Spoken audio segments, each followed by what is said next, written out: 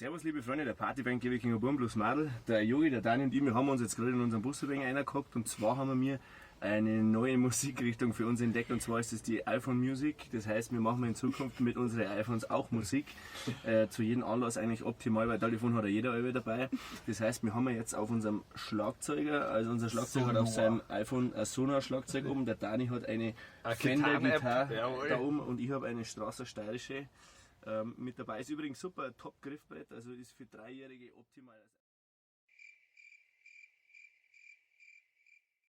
Modell da zum Quetschen spielen. Und wir wollen euch natürlich jetzt das nicht vorbehalten, dass wir euch auch was vorspielen. Ihr dürft es uns nur nicht preisnehmen, weil wir haben jetzt noch nicht wirklich Profis, was das Ganze auf die Telefons anbelangt. Aber nichtsdestotrotz ein kurzer Ausschnitt unseres Walzers. Ja. Haben wir es? 1, 2, 3, 1, 2, 3.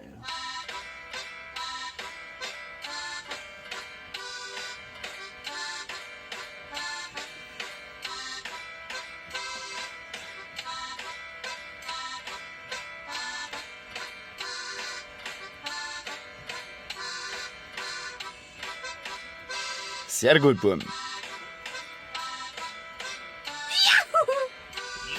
Und links und rechts.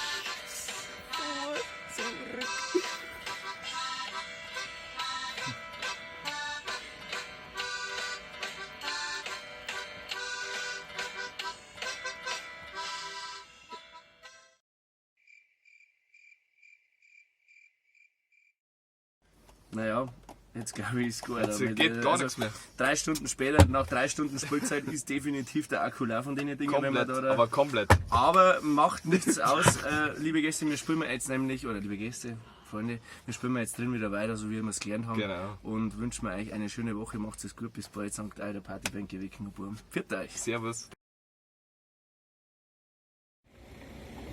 Entschuldigung, bloß Madel natürlich.